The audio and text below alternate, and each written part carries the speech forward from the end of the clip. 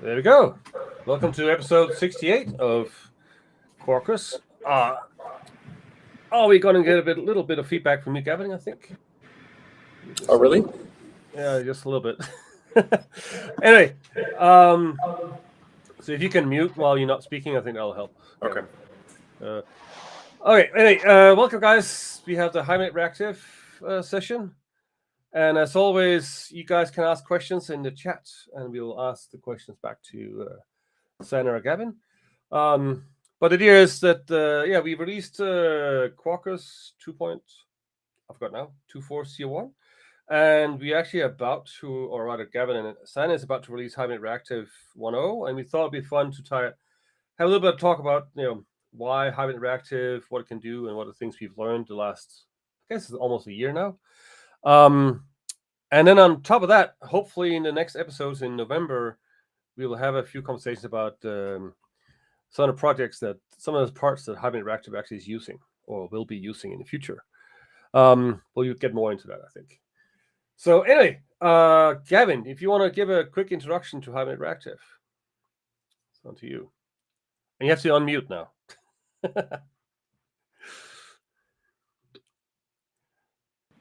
Indeed.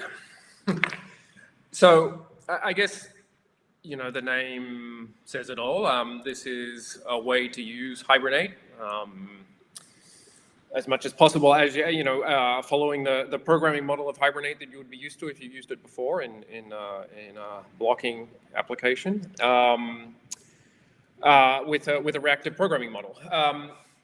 And it's kind of fairly, I mean, we're trying to be a bit agnostic about that, but in the sense that, in the future we could support, quite a lot of different implementations of the reactive style of programming. But for now, I think the two environments we have, we have kind of good support for are Quarkus and Vertex. So let me, kind of pre-answer a couple of questions you might ask. First of all, why would we be doing this now? Why didn't we do this earlier? Or and the answer to that is pretty simple. Is that having a reactive model within the data access layer doesn't make much sense unless you have reactive interaction with the database itself, with the relational database itself. And until, quite recently, that meant JDBC, which is fundamentally blocking in every way. And so to support the reactive model, within Hibernate didn't make a whole lot of sense. Now, more recently, that has changed.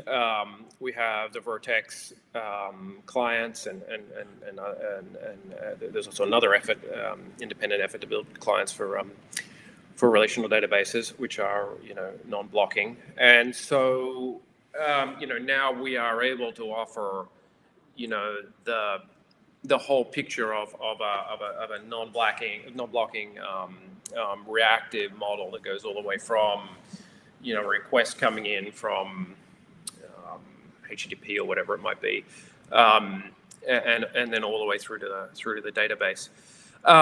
So since that is now possible, people who are using Hibernate who like and benefit from ORM, from that programming model,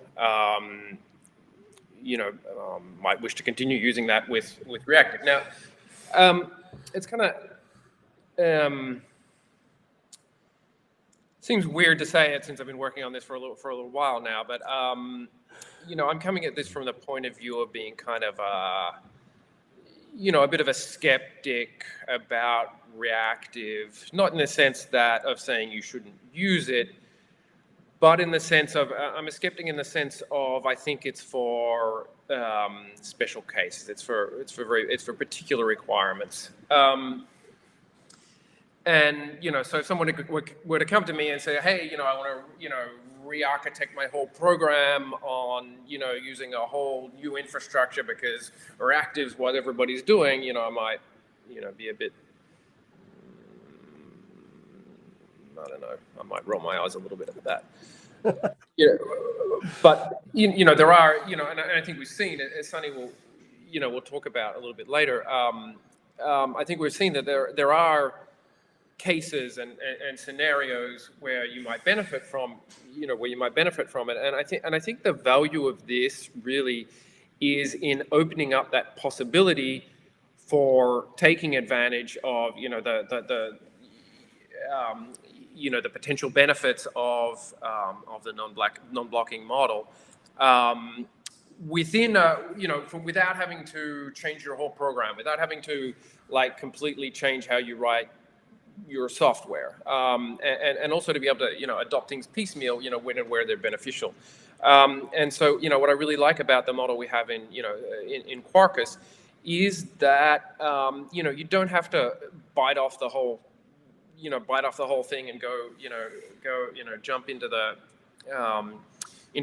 some new programming model in your for everything you're doing. If you're using Reactive Reactive, you have already that non-blocking interaction at the web layer, in a way which doesn't really need to impact your much of your code. Then you have the option of either using doing data access in a blocking fashion or doing data access in a non-blocking fashion. And we've tried to make it so that data access code looks really, as similar as possible to using Hibernate in regular blocking code. And I gotta say that the result is, at worst tolerable. It's not, the code you have to write using Mutiny and Reactive Reactive is not bad, right? It's actually, at worst tolerable. There are even some cases in which it's actually, I almost feel like it's like there's some things where it's actually better. The thing I'm particularly thinking about is lazy loading, which is a great convenience, especially if you know what you're doing, especially if you've already been bitten lots of times by making mistakes with how to use lazy loading in Hibernate. But that, especially for people who are inexperienced with Hibernate, can be can cause problems. Can be when you have these kind of implicit behaviors which are happening as not as a result of you explicitly calling a function, things can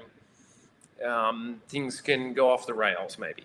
If you don't know what you're doing, if you're not very careful, and I kind of like, and I don't know what Sanne, I think Sanne agrees with me on this. You can say I kind of like that that's an explicit operation in Reactive. In Reactive because it has to be explicit, right? But I actually find that almost an improvement. So ultimately I think the code you have to write is not as terrible as I thought it would be. And you learned something. Yes, we learned something. Yeah. Well, sure. I mean, I was expecting it to be terrible, and it's bad, right? But it's bad in a tolerable way, right? And it's bad in a way that lets you take advantage of lets you take advantage of certain other good things. Would it, just for those who might not even have seen it yet, Sanne, are you able to show an example maybe? Just to yeah, let's switch screens a second. Okay, so yes, like people might, especially on the Quarkus side, you might know that Hibernate Reactive was already integrated in Quarkus since very early betas, right? Now, the latest 2.4 version of Quarkus is actually shipping with the final version of Hibernate Reactive 1.0. So it's there already. We are just missing to send the announcement out of the release. But so in the Quarkus Quick Starts repository of Quarkus, you have this example of Hibernate Reactive Quick Start, which is very similar to the Hibernate ORM Quick Start. It shows exactly the same end user interface. from a web point of view, except the implementation is using the Mutiny Hibernate Reactive, the Mutiny flavor of the Hibernate Reactive APIs. So we have two different versions of APIs. Like one is using the JDK types, which model like completable features and company. And then we have the Mutiny version of the APIs, which we prefer, but we're offering both, so one doesn't, one can use the JDK more like neutral APIs if you want to. But yeah, so how does it look like? So like in this, so this is a REST easy reactive endpoint, which is returning a list of fruit entities. So the fruit is a standard JPA entity, and we are mapping it, to Hibernate Reactive in this case, but it's the same. Zoom in a bit, Sanne. Just zoom in a little bit. Oh, sorry. Yeah. So yeah, I mean, these are all the standard annotations, right? Let me just expand on this. There's absolutely nothing particular in this, how this model looks like, and the interactions with Hibernate are extremely similar. What is different is really like every time there is an I/O operation, this needs to be modeled explicitly, which includes lazy loading, like Gavin was just saying. And so, well, we don't have an example of lazy loading here, but we have one on I think it's like one of the first examples on our website, so that could be a good reference. But then, so how do you use it here? So we are injecting the session factory here, and then we just do, with the transaction, we prefer being explicit as well over using annotations. Like we've seen annotations are not like matching very well the kind of mental model one is building when working with a reactive code. So we say within a transaction, and then there is a lambda saying, here you get a session instance and a transaction instance should you want to call like a rollback or something on that. But so we are just using the session here and say create a limit query and get result list from there, which is then returning a uni of the list of the entities. So that's the promise of the results. Okay. And well, if you do like a persist operation, it's very similar. Again, like with the transaction, with the session, you do a persist. And this is returning a uni of void in this case, because there is no return.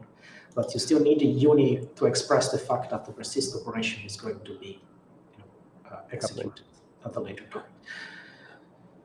Okay. And how does that actually work? Like, does that with transaction join any outside transaction? What's the semantics here?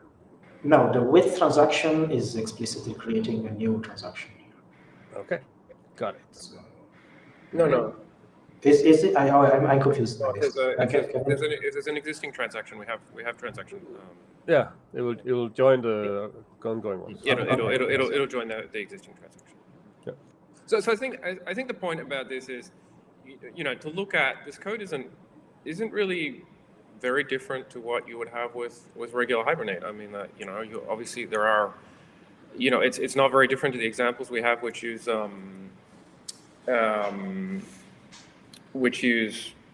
blocking Hibernate in a blocking way from REST easy reactive. It's very similar. Yeah, you have to be really, really careful that you don't leave dangling unis around, because you'll have bugs that are quite difficult to track down. We're working on a way to let the IDE warn you about that. And there are some cases where you want to do two things at once that can get, where you want to,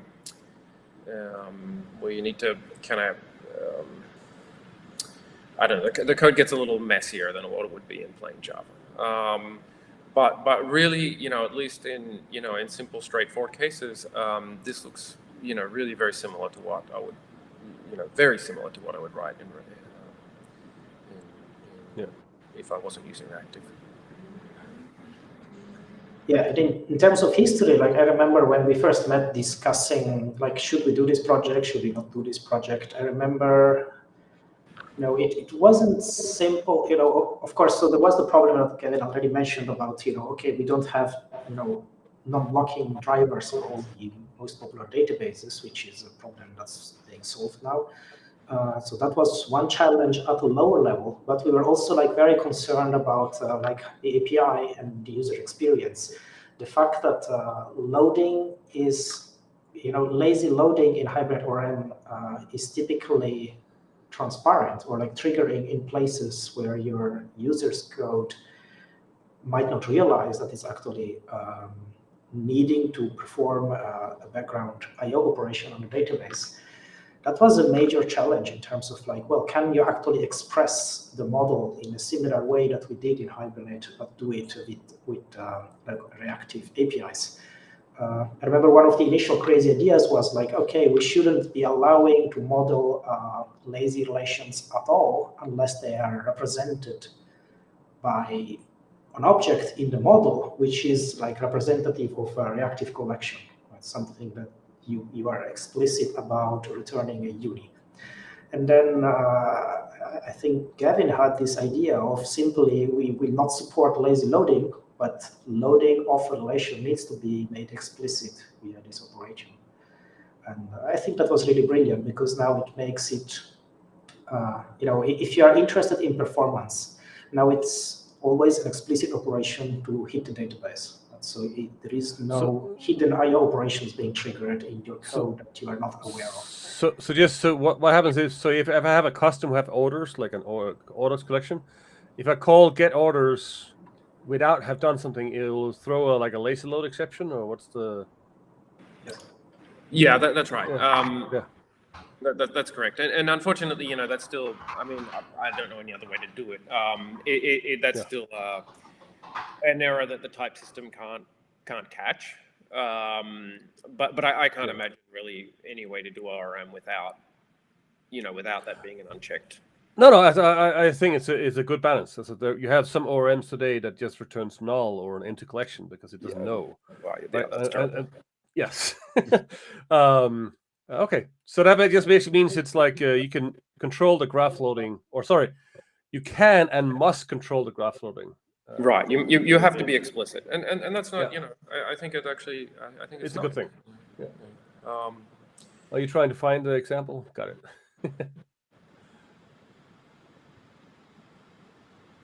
Oh, Sanne, we can't hear you. Oh. Try again, Sanne.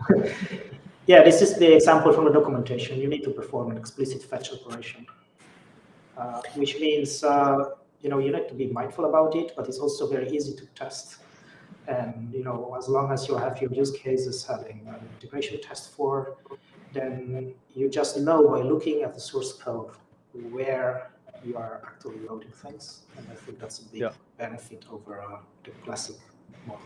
Yeah, I think so too. Yeah. All right, so you'll get an error, and if you test for it, you'll find it, and then you won't hear, like, one of the people complained about Hibernate was that, oh, it's being slow, and the slowness is because it's loading things in the background you're not aware of doing your testing, because there it's of course fast. You're only loading 2 instead of 2,000. Yeah.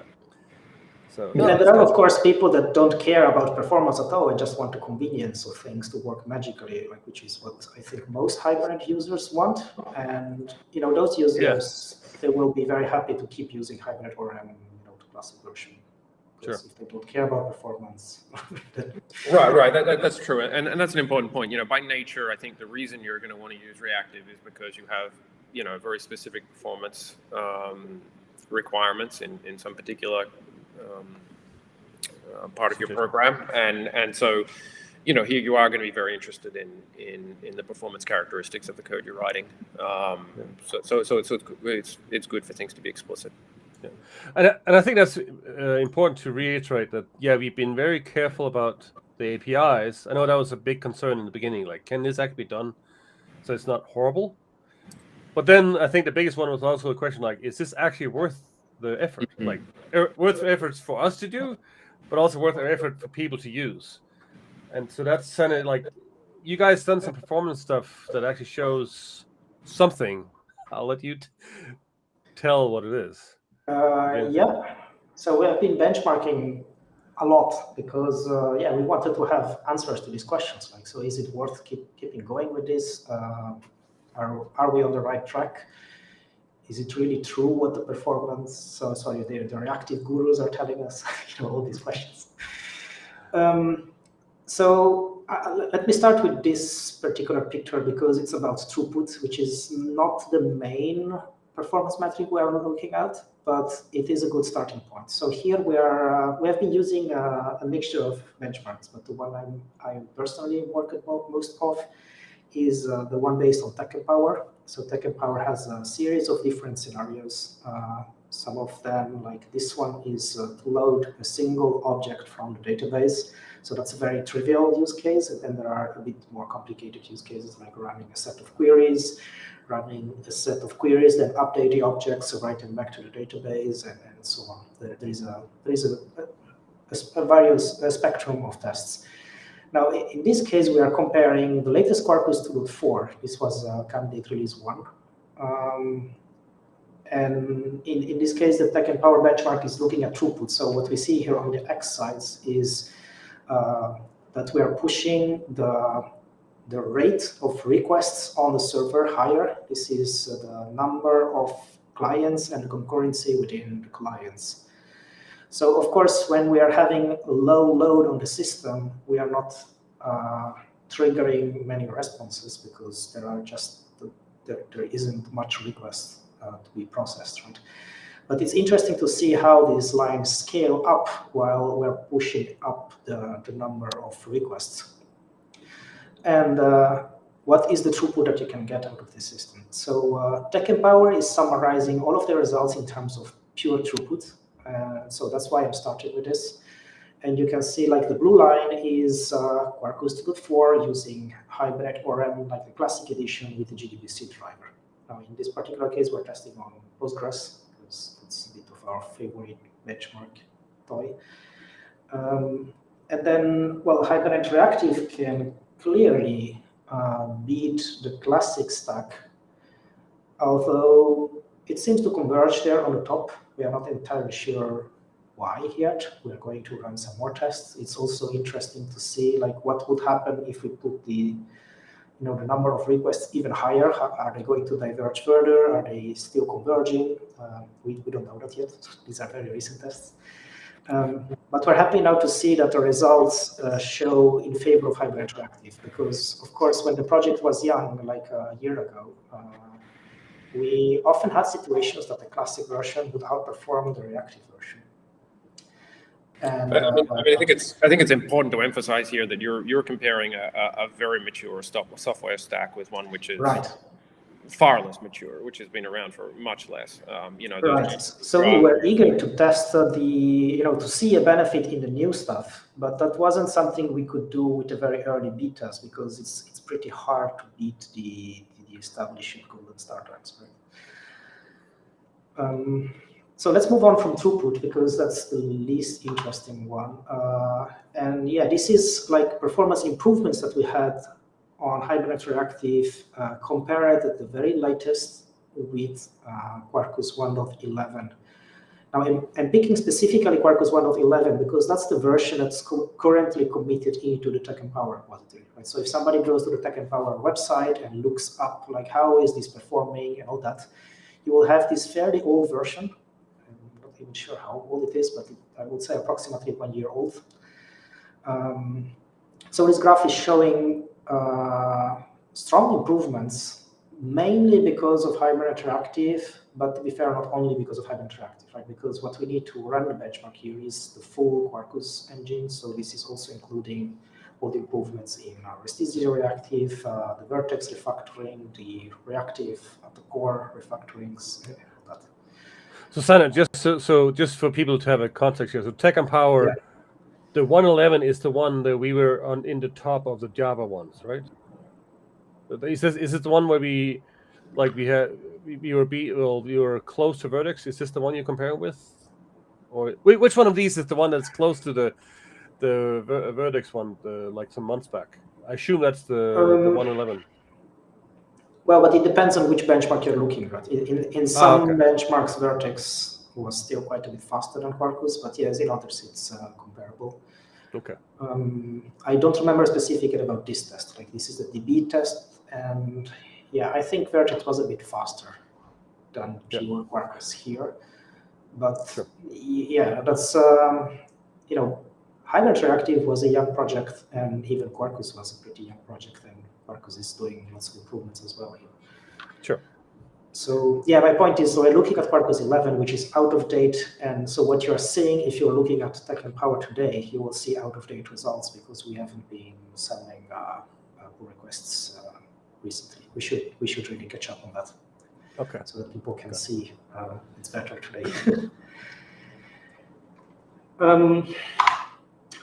Now, let's focus now on comparing latency. And we specifically want to compare like Hibernate Reactive using the Vertex SQL clients, compare it with Hibernate ORM using GDBC. So both of these are running on the very latest Quarkus version. So in this case, all the other components of the stack are no longer like a variable to be considered here. The only difference is like the connection pool being based on GDBC and Agrowell plus Hibernate ORM versus using the Vertex connection pool and the Vertex SQL clients plus Hibernate Reactive. Now, in this case, first off, we have a logarithmic scale on the latencies. And what we are trying to see here is how much does the response time deteriorate on a particular system when we are increasing the amount of load on it. Now, this is not how the Tech and Power group usually looks at benchmarks because they are more focused on throughput, as I mentioned earlier. But this is a better methodology if you want to assess if a certain technology is a good fit to hit your SLAs. So in a realistic scenario, what you have is you have some requirement, like my system should never respond in more than like 10 milliseconds latency. Right? So let's assume that that's your requirement, and 10 milliseconds is even a bit high, right? Some people aim for even less than that. You should be able to respond in less than 2 milliseconds latency if you have like if you want to really give a very, very good user experience. And of course, it depends like what's your downstream systems or what are their requirements. So, but the way we try to look at it is in terms of this SLA. So, assuming you have a 10 milliseconds requirement, and then you are increasing the number of requests hitting the system, you want to know up to which point this system is able to deal with it and still satisfy your SLA, or you need to scale out horizontally, or get a better hardware if you need to scale out vertically. But let's assume you want to scale horizontally and your requirement is 10 milliseconds. What you can see here is that the GDBC-based version of Quarkus is starting to struggle at about 20,000 requests per second in this specific case.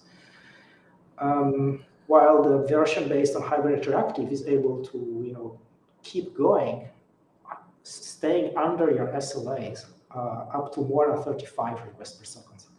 So that's a huge improvement, and it might translate into significant cost savings, right? Because if you don't need to scale your system, or you only need to have 2/3 or even less of the number of servers to satisfy your SLA at a certain amount of user base, that's a significant amount of money.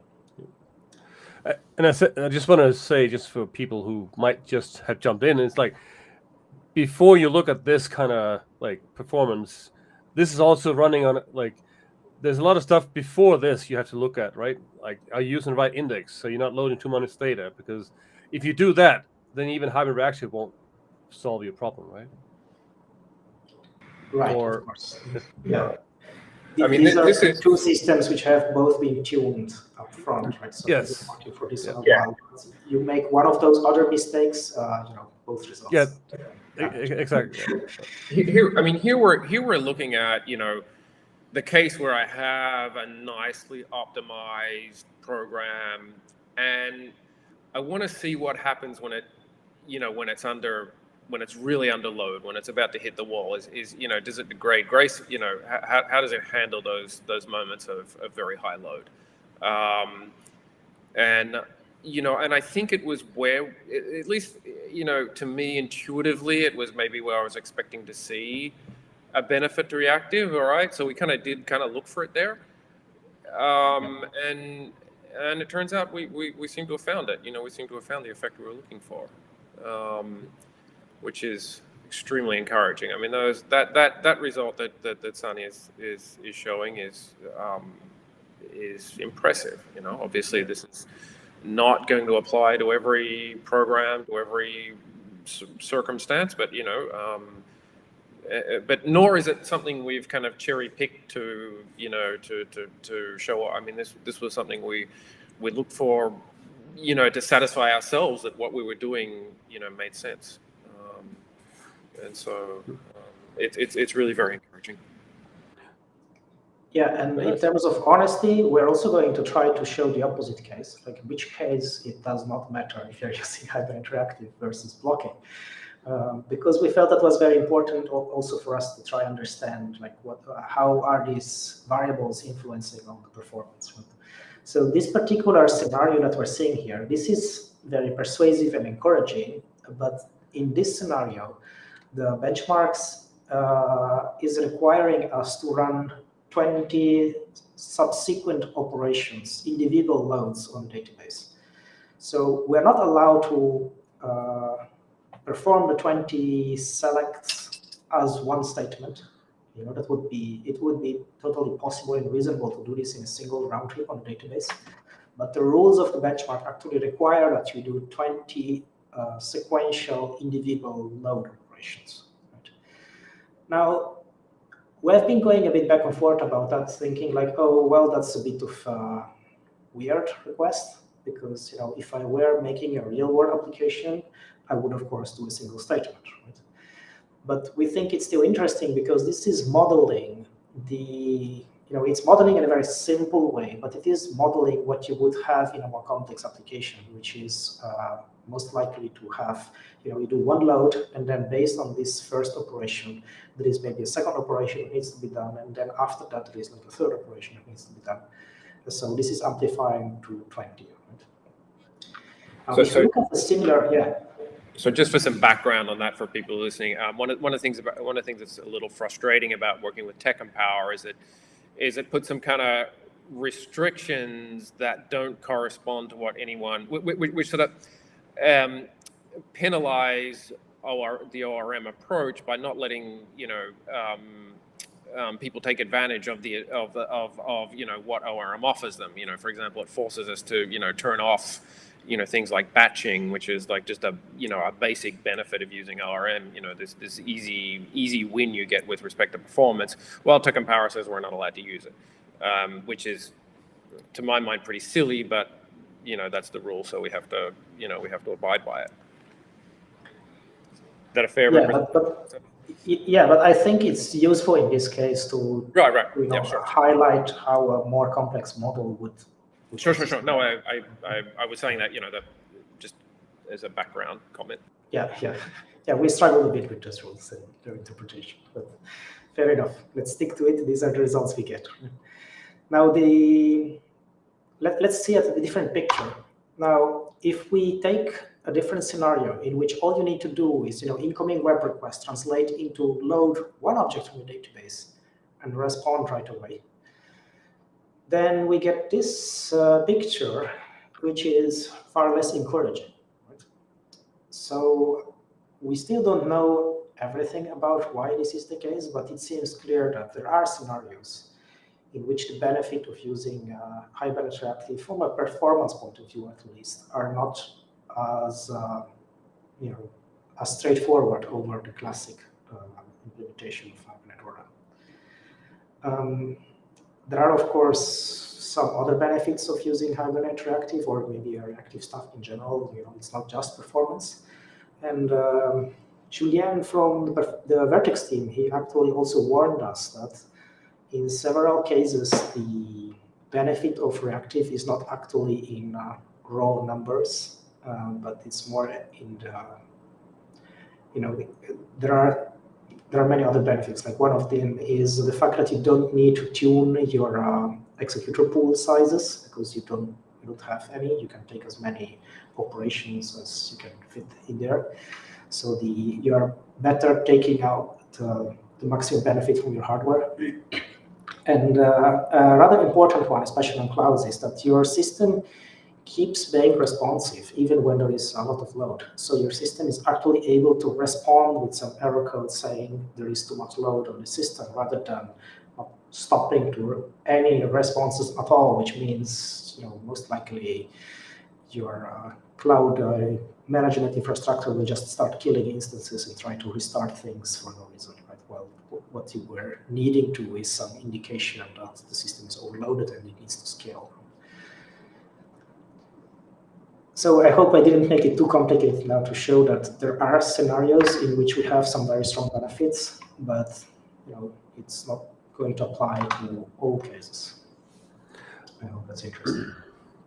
No, yeah, no, I really like this stuff because I remember we talked about this, I don't know, a year ago. 2 years. Whether it would be, sorry? I think it was 2 years. But... Is it 2 years ago? Well, time flies in Corona times. Yeah, I just remember this, like learning about where they are, and so far it's great to see this actually is what I don't know, so we predicted it, but yes, there are some cases where it makes sense, but definitely also some cases where it just doesn't. Like, don't think Reactive will help you, because talking to a database is a very I/O sensitive operation. Right. It's not like it's not like Reactive's going to make your program faster.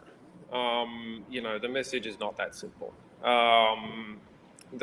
But we've seen that in certain cases it can certainly make things faster, and it can certainly help under situations of high load. And that on its own is important, right? And the cool thing is that you don't have to change your model. Like you can have the way you learn to map a database into a class, or the other way around, with JPA or even Hibernate annotations. It's the same thing you do here, and the same. You can reuse the existing Hibernate domain model you have right now in your program with Hibernate Reactive, and you don't have to switch model. No changes are required, right? It's purely the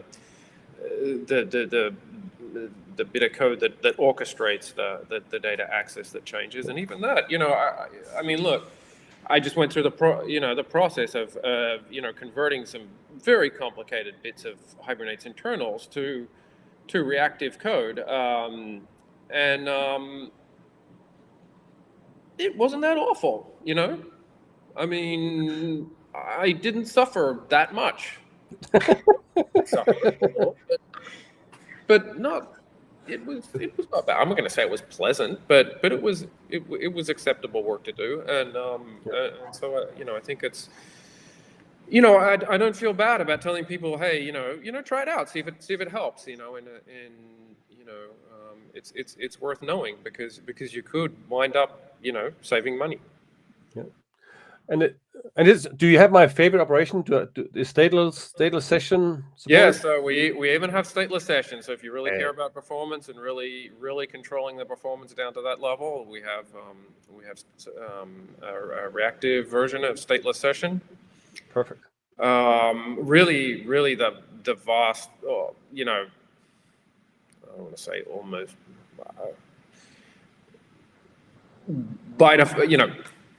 almost all of Hibernate, the functionality of Hibernate ORM is there in Hibernate Reactive. The limitations that exist now are very, very, very minor ones.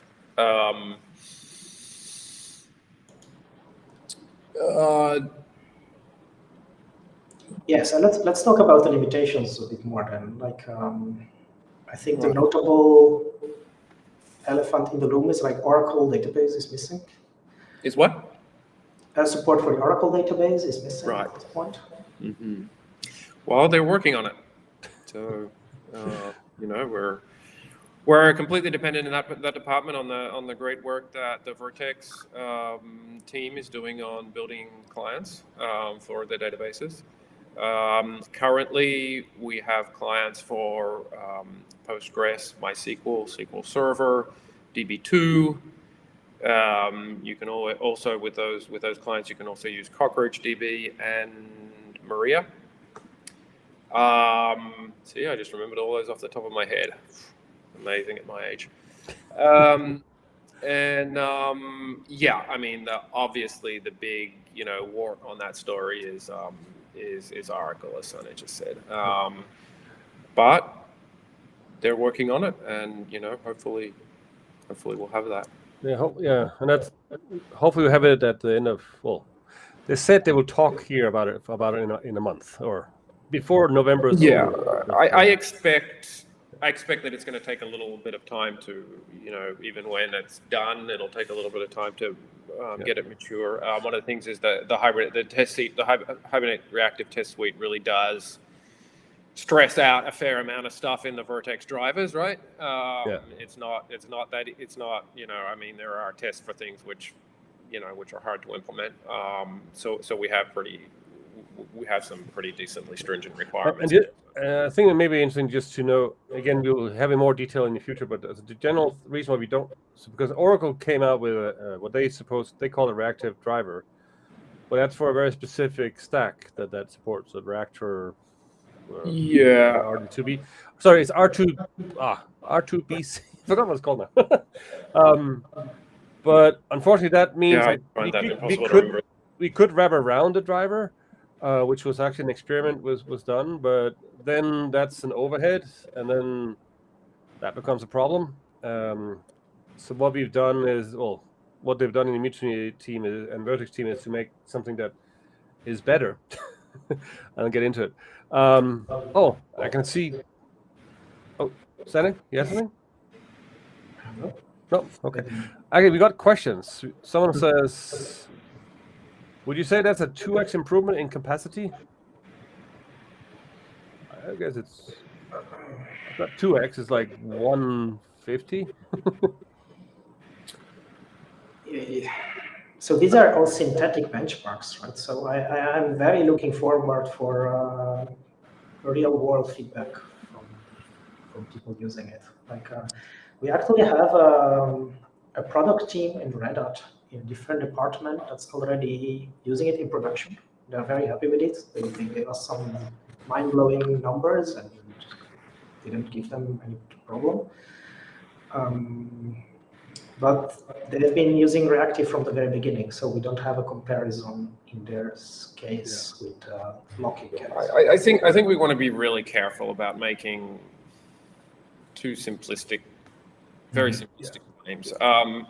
The claim I think we can make is that it helps in some cases, and anything more than that, I think it's too early to know. And I think the real, and I think it's simply, too much of a complicated story to be able to boil down into,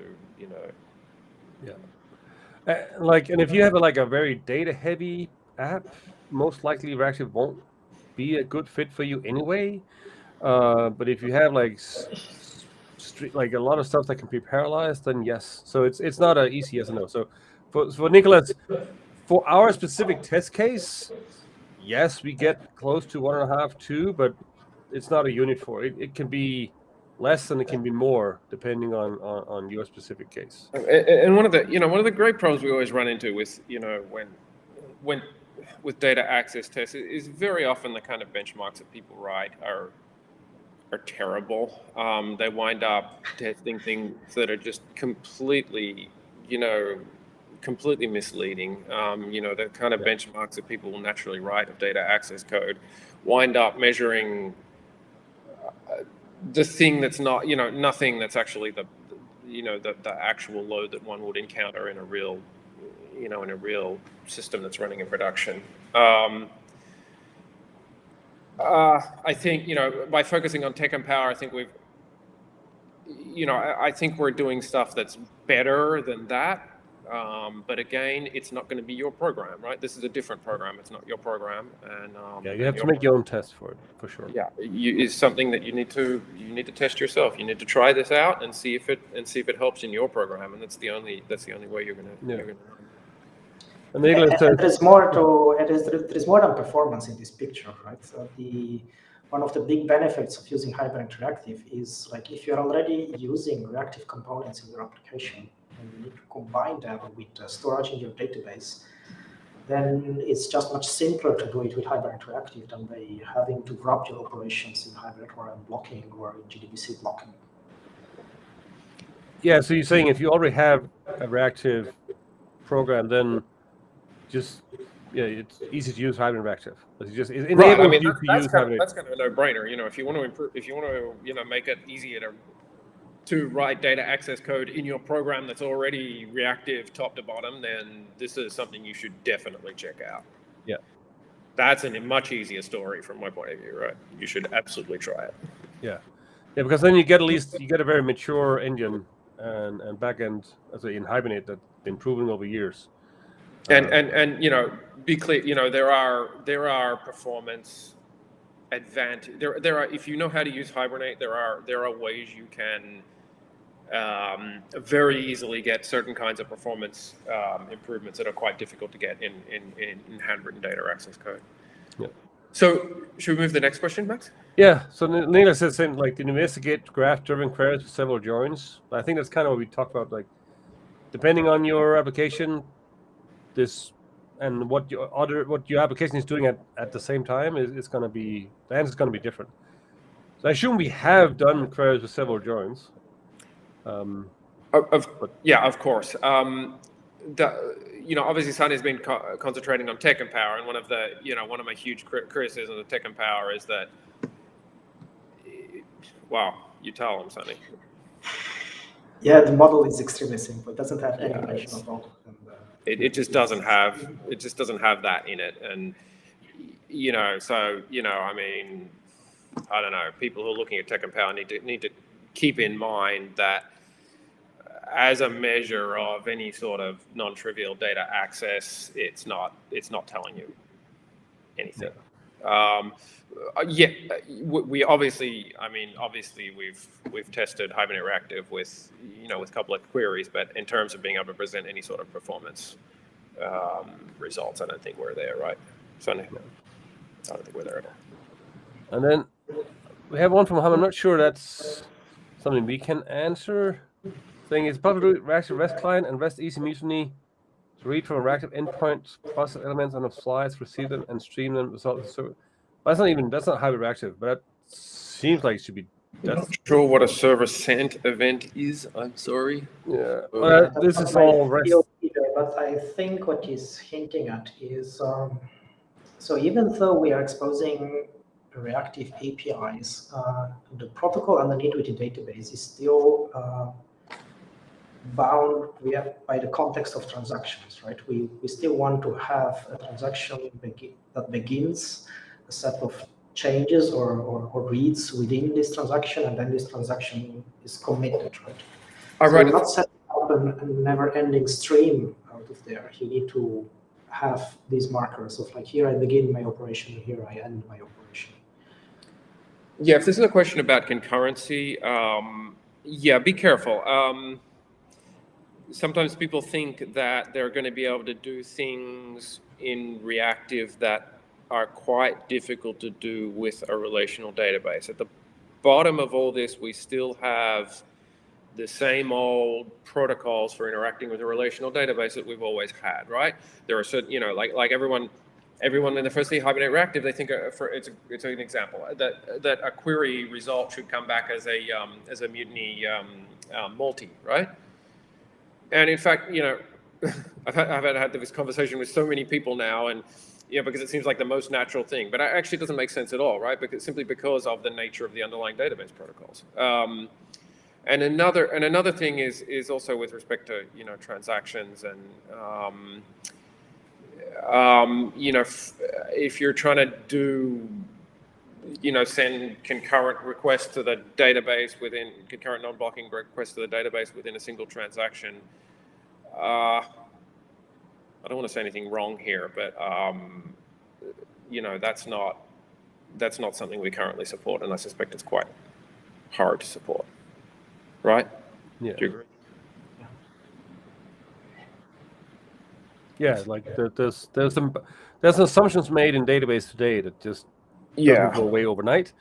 And even if it does in the future, it's going to be on a looser contract. Like they can't guarantee transactional integrity across concurrent flows. So yeah. I'm trying not to say things that might not be quite correct. So I know Clemon and Jolan say there are cases where you can do it, but yes, it's true, but in general, no. And then we have Javi Toya saying, do you think JPA would include reactive components in any of the following versions, the reactive APIs? I certainly not in the. It seems like I can't speak for the JPA group, but I would say definitely not in the coming release.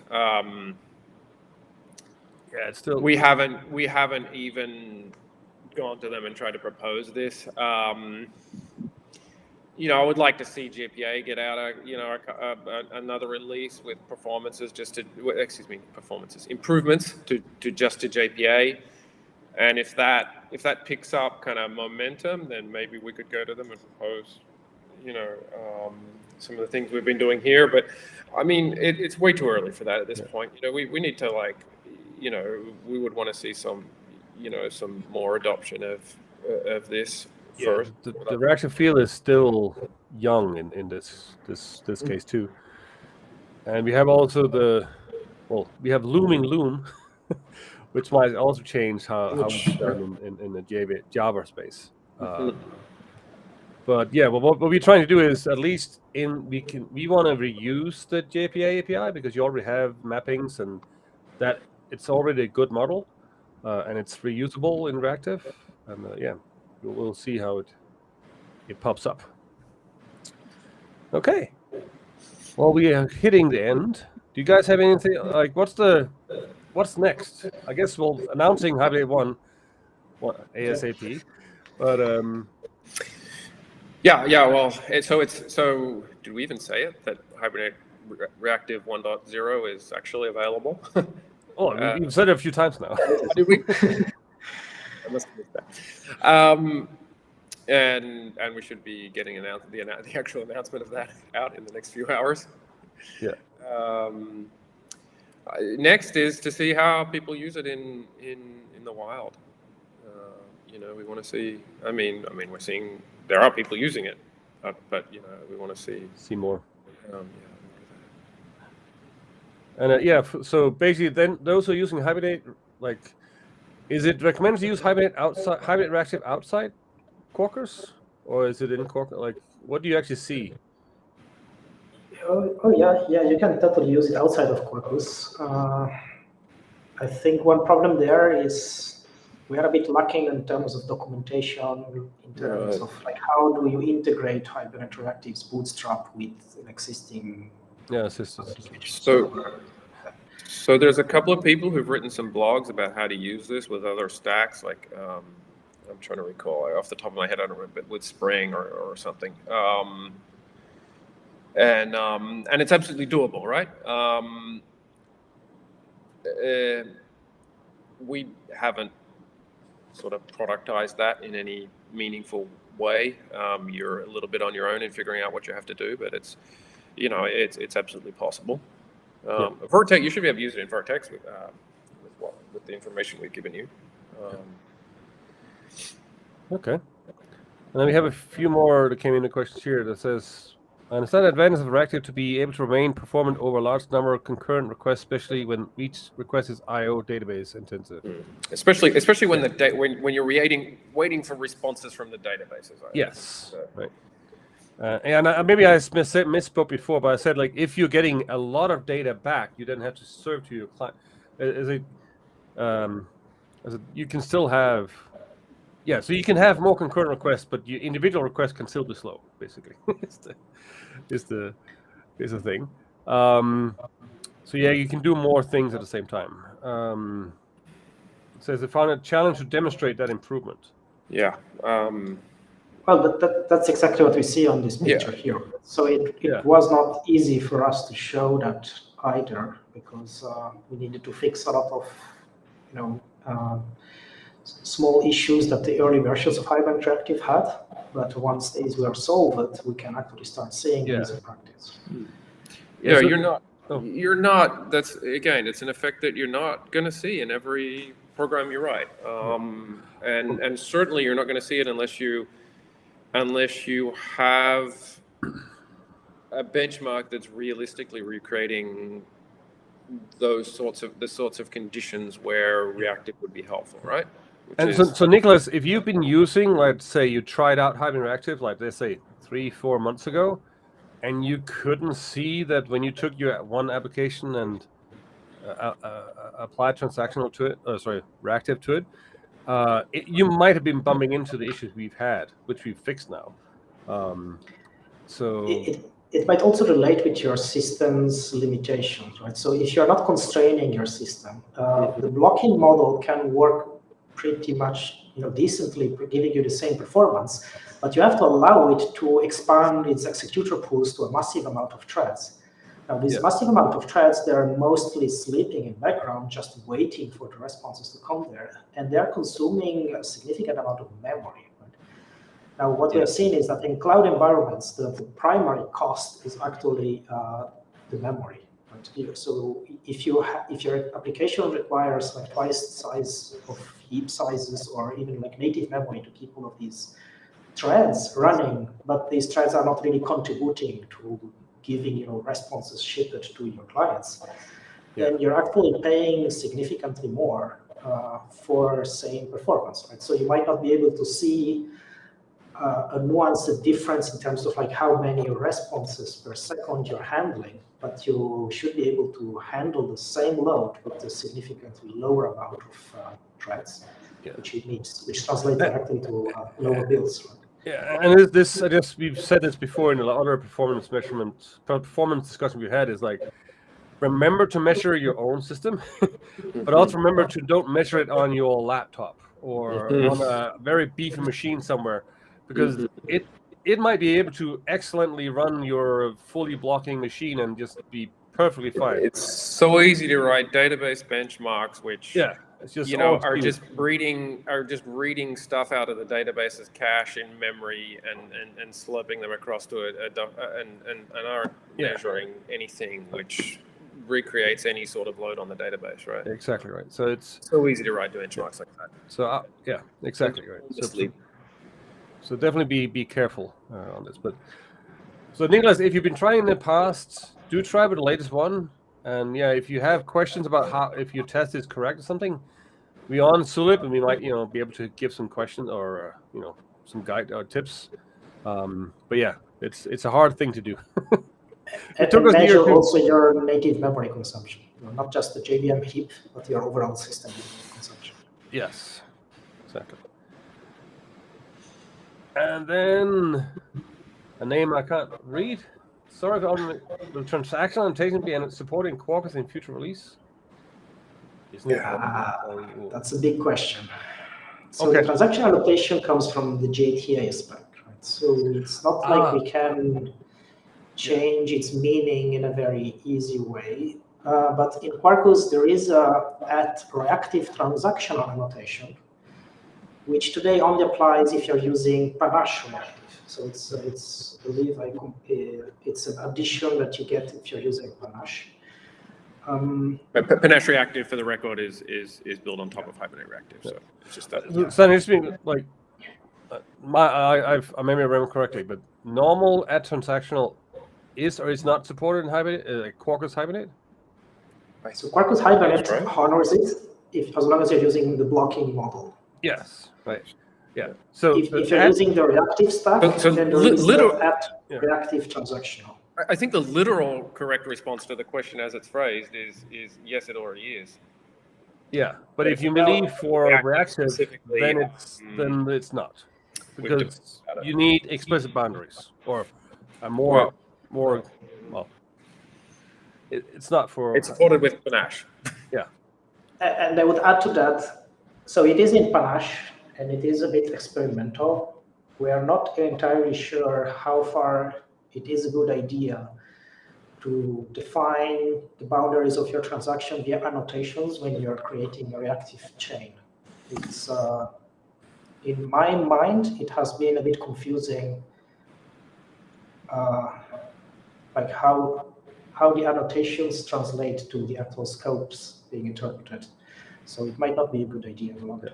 I think, look, when you're working with these, reactive streams, I think it's totally natural to do transaction demarcation with a function, right? Like that's the whole programming model. I think it's actually more natural to do it that way than to use an annotation. There's no particular advantage that annotations offer over, a function which accepts a lambda, right? It's just a different syntax for that, right? And so I think in the whole programming model of reactive streams, it's totally natural to use a function to do that. Yeah, and it's just that And the annotation has some drawbacks. Like it's, I think people expect it to just work like JTA was working on blocking, but since that's not entirely true when you're really looking at reactive, I think it might be a bit misleading, and we might need to delete this annotation. Yeah. So the answer is Quarkus blocking Hibernate Classic supports add transactional, but in Hibernate Reactive, there is some experimental support with Hibernate Panache to have a reactive transaction, which is a different thing. Right? Yeah. Can I twist that around a little bit? It's not Hibernate Reactive. Sorry, it's not Hibernate ORM blocking that supports the transactional. Transactional will create a JTA transaction, which is like system-wide. Right? So all the resources that are transactional are bound, and Hibernate ORM is just one of them. Yeah. What is important to understand is that Hibernate Reactive does not participate in the JTA transaction. So you need a different expression for that. Yeah. So I hope that answers it. Ongoing conversation. That was a long answer. Yeah. It's a good question. And then Nicholas says he's happy to hear the team has logged through the code and was able to demonstrate reactive capacity improvement, which is cool here.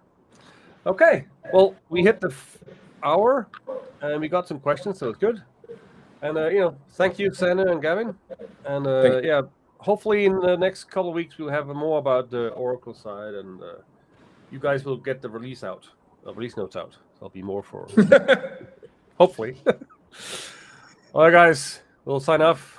See you guys around. Okay. Bye. Right.